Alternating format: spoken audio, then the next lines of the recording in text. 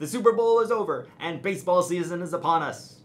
Well, college baseball season, that is. Major League Baseball does not begin for another 6 weeks. If you haven't met me before, my name is Cole Steffen, and welcome to Huxie Happenings.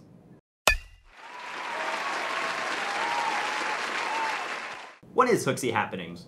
Well, it's a show focusing on the nationally ranked UConn baseball team. Sure, they're not ranked in any preseason poll this year, but the Huskies made it as high as number 9 in last year's D1 baseball poll, their highest ranking since 1979, when they last made the College World Series. Connecticut went 44-17 in 2023, winning their 3rd straight Big East regular season title and making their 5th straight NCAA Tournament appearance. It brought them to the Gainesville Regional, where they were eliminated by the national runners-up Florida Gators. 7 players earned all Big East honors last season, led by Big East Player of the Year Dominic Freeberger. He was one of 7 significant players to leave the team after the 2023 season. Freeberger last season batted .346 with 7 home runs and 61 RBIs. He led the team with 85 hits. He was out of eligibility, but he did sign with the Baltimore Orioles as an undrafted free agent. There were 3 Huskies drafted in the 2023 MLB draft, the first being Andrew Sears in the 10th round. Sears last season 3-1 with a 6.24 ERA. He struck out 74 in 62 innings. He was not the only player drafted by the Tigers, though. 4 rounds later, David Smith was selected. He was the team's lone captain. He was also an All-Big East second-team selection. Smith batted .304 with 72 hits. He hit 5 home runs and recorded 36 RBIs.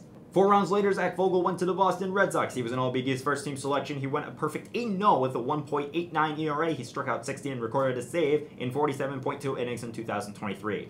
He wasn't the only major loss in the bullpen, however. Both Devin Kirby and Justin Willis ran out of eligibility. Kirby, he signed with the Minnesota Twins as a free agent after he ran out of eligibility. He went 7-1 with a 4.35 ERA. He struck out 43 and recorded a save in 49.2 innings. As for Willis, he lifted UConn's all-time saves leader. He added 12 more saves to his repertoire in 2023. He also went 3-3 with a 3.04 ERA. He struck out 29 in 23.2 innings.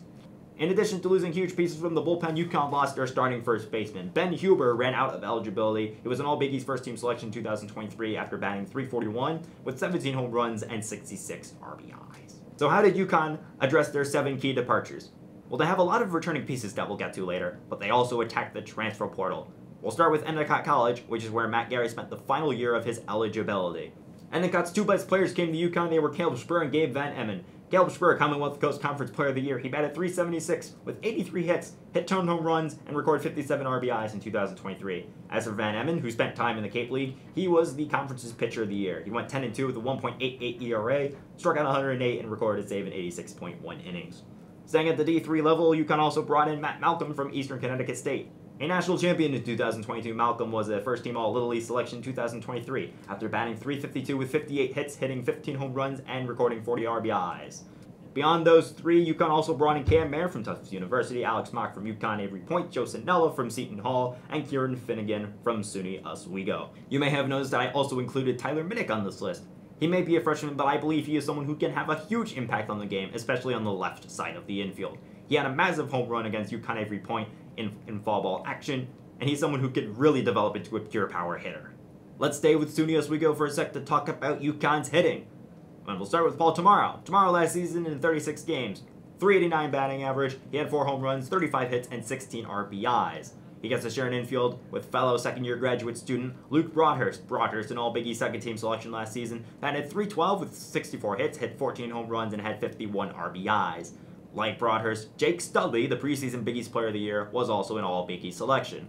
Makes sense. He batted .325 with 76 hits, had 8 home runs and 57 RBIs in 2023. He gets to share an outfield with the likes of Corey Morton, who batted .290 with 10 home runs and 45 RBIs in 61 games, and T.C. Simmons, who in just 24 games batted .212 with 14 hits, 2 home runs, and 7 RBIs.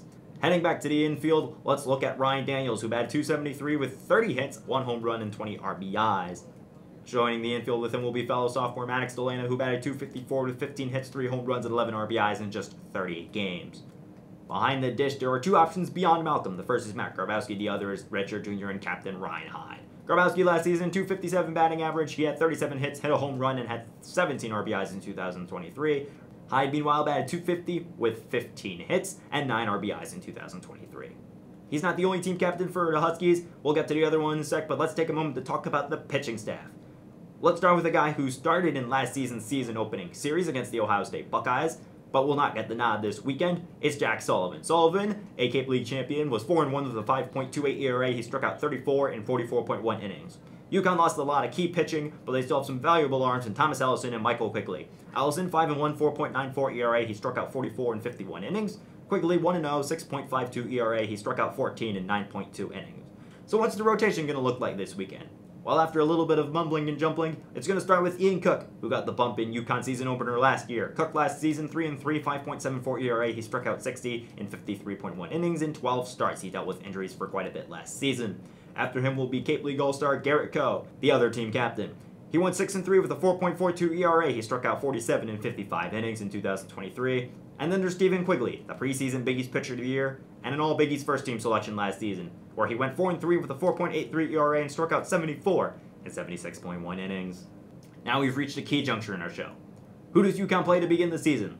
Last year, it was one opponent in 4 games in 4 days. This time around, it's 3 opponents in 2 days in the USF Baseball Tournament. It was supposed to be 3 games in 3 days, but the weather had other plans.